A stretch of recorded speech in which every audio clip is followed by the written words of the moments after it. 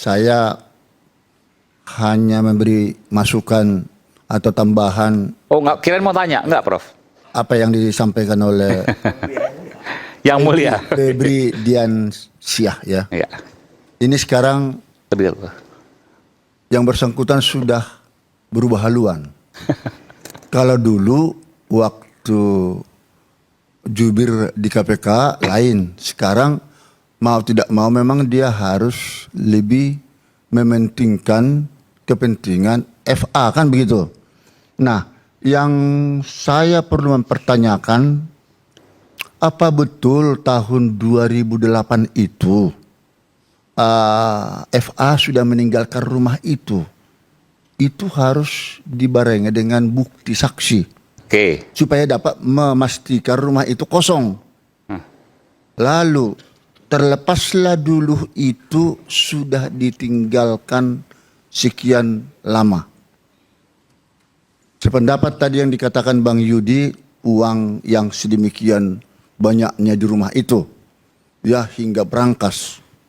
Apakah mungkin dia tidak tahu ini memang tugas daripada penyidik ya untuk memberikan satu tekanan, kalau boleh saya katakan tekanan pembuktian terbalik, karena dia kan sudah didakwa atau dituduh sekarang TPPU. Mau tidak mau menurut pasal 77 Undang-Undang Nomor 8 Tahun 2010 tentang TPPU itu menjadi kewajiban buat FA untuk membuktikan apakah itu benar miliknya, dan kalau itu miliknya dia juga akan terperangkap sebanyak begitu uang. Oke. Prof, saya mau tanya kepada Anda, Prof. Sedikit lagi. Tapi kalau memang dia tidak uangnya itu, sulit katanya tadi untuk membuktikan itu uangnya. Dia juga harus bisa membuktikan bahwa itu bukan merupakan hasil. Lebih dekat lagi. Ya, oke. Bukan merupakan hasil tindak pidana kejahatan, kan begitu.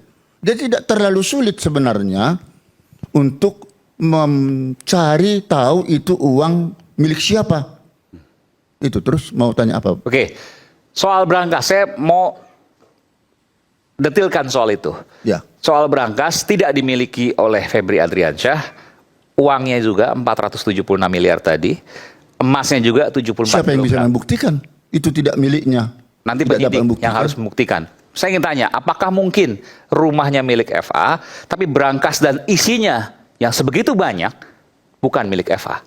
Patut diduga itu milik FA. Kalaupun itu bukan milik, ini ada satu kong kali kong tempat atau placement ya untuk persembunyian uang tersebut. Kenapa Prof katakan itu patut diduga milik Febri Adriansyah, FA? Iya, karena memang beberapa kasus asal ya TPA-nya itu banyak seperti Asabri, Krakatau Steel, batubara itu sedang juga menggerogoti kepada dia kan itu. Dan itu sangat berbahaya. Kasus itu kalau langsung itu bisa diangkat ke permukaan. Tapi saya setuju pertama sekali dilakukan dulu TPPU kepada FA ini untuk membongkar. Supaya tahu apa saja yang dimiliki, bagaimana aliran dana. Aliran dana itu. Karena uang sudah ada. Barang sudah ada itu loh. Kalau tidak ada barang itu yang susah. Ya toh?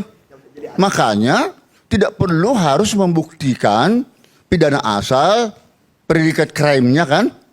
Ya, langsung bisa ya ke pokok masalah TPPU. Karena itu memang secara tegas diatur dalam pasal 69 Undang-Undang TPPU, bahkan dikuatkan oleh putusan Mahkamah Konstitusi nomor 77 tahun 2014. Kalau TPPU-nya diangkat, maka akan terbuka semua dan lebih mudah. Terbuka. Ini nanti menjadi akar. Bisa ketemu. Bukan berarti kita akan meninggalkan pidana asal ya. Ini juga pidana asal ini nanti akan berbahaya sekali apabila ini dibuat secara displacing kepada FA. Kenapa? Kalau dakwaannya terpisah, Asabri tersendiri dakwaan. Berapa dihukum? Katakan 10 tahun. Selesai menjalani pidana itu, masuk lagi dalam proses Krakatau Steel, katakan 15 tahun. Kemudian masuk lagi kepada kasus batubara, katakan 20 tahun.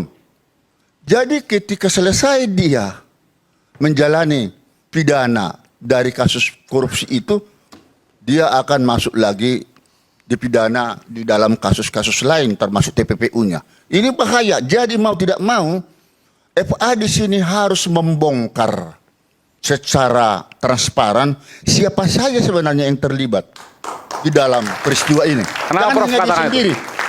Kalau hanya dia sendiri bahaya dia. Jadi di sini ada delnaming atau media player ya, yaitu penyertaan dan turut serta pasti ada di sini. Enggak, kenapa Prof katakan harus membongkar? Karena Prof meyakini Dia harus membongkar. bahwa akan ada banyak bukan yang hanya terjerat. Dia sendiri. Pasti bukan dia sendiri, betul. Bukan hanya dia sendiri. Saya Dan- tidak memastikan harus pasti dia sendiri, tidak Iya. sendiri dia. Dan yang sekarang ditetapkan tersangka itu masih terlalu sedikit menurut Anda? Karena akan lebih Masih banyak. terlalu sedikit. Dan Ada banyak nama-nama besar yang mungkin juga akan terlibat. nah itu dia. Dan pasal 20 ya, Kitab Undang-Undang Hukum Pidana nomor 1 tahun 2023 harus diterapkan di sini, penyertaan atau turut serta. Kalau dia sendiri nanti yang melaksanakan atau yang melakukan tindak pidana korupsi ini hampir sama dengan Jarod Frikar kan? Dia sendiri. Apakah itu uangnya dia sendiri? Bukan. Nah ini yang berbahaya saya lihat nanti. Memang hukuman Jarod mungkin tidak terlalu tinggi ya. Nah ini diharapkan dengan rekan-rekan hakim yang ada sekarang dalam menangani ini. Apabila ini nanti masuk dalam persidangan, harus betul-betul hakim konsisten dengan gajinya yang sudah begitu tinggi ya. Oke. Ya 90% loh dinaikkan oleh Presiden Prabowo. Udah pensiun Tidak boleh duluan sih, bermain mata Prof. lagi di sini, hakim. Oke, baik, kita berikan tangan untuk Terima kasih. Prof Binsar. Silakan, Prof Iksan. Kalau saya ngelihatnya money follow the transaction. Uang itu ngikutin transaksi, mana larinya. Pertanyaannya menarik, kalau transaksinya jatuhnya ke Sentul dengan emas, itu beyond the transaction-nya apa? Itu yang mesti diuber. Jadi kalau prinsip money follow the transaction, kita mesti Ini bertanya. sebentar, audio monitor bisa dinaikin lagi. Biar kita tahu bahwa ada transaksi besar di balik itu. Itu yang pertama.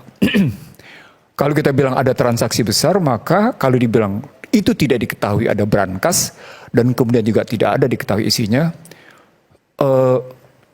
untuk seorang jaksa itu problem besar karena uangnya terlampau besar. Itu problem besar karena emasnya 74 kilo. Dan kan bukan miliknya.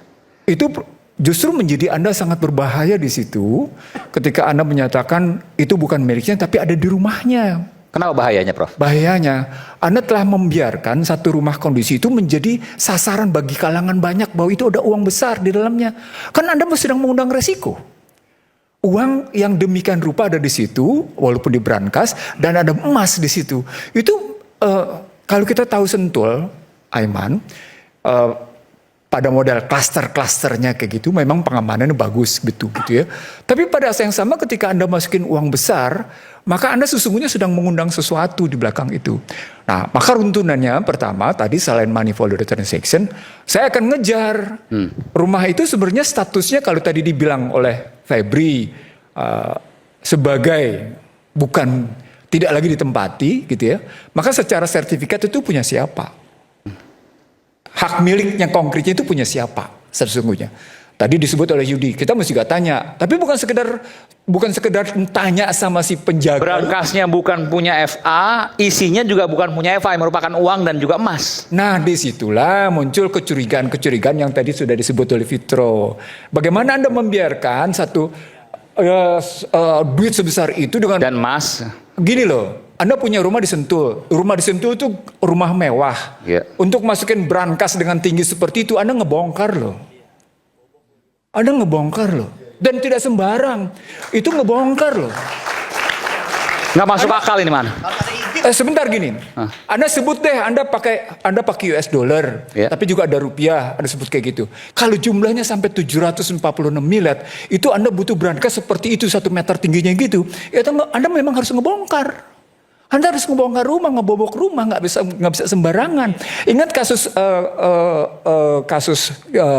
pajak yang akhirnya dia gali karena disimpenin emas segala macam itu. Ingat di kasusnya? Karena dia nggak bisa nyimpen lagi sampai dia bangun bunker kan? Oke. Itu aja kelihatan di situ. Pada perspektif itulah saya melihat begini jadinya. Oke, dia bilang itu bukan punya rumahnya, tapi dibiarkan rumahnya dibongkar sedemikian rupa. Kalau Anda mengontrakan, sebut deh begini, 2008 saya nggak tinggal lagi di situ, saya kontrakin. Untuk kemudian dibongkar masukin berangkas, si pengontrak harus minta izin sama ke pemilik, nggak bisa enggak. Mustahil dia nggak minta izin. Loh, selalu si pengontrak bilang, saya mau pasang brankas di situ untuk taruh. Anda sebagai pemilik rumah, loh, kenapa Anda pasang brankas? Anda siapa?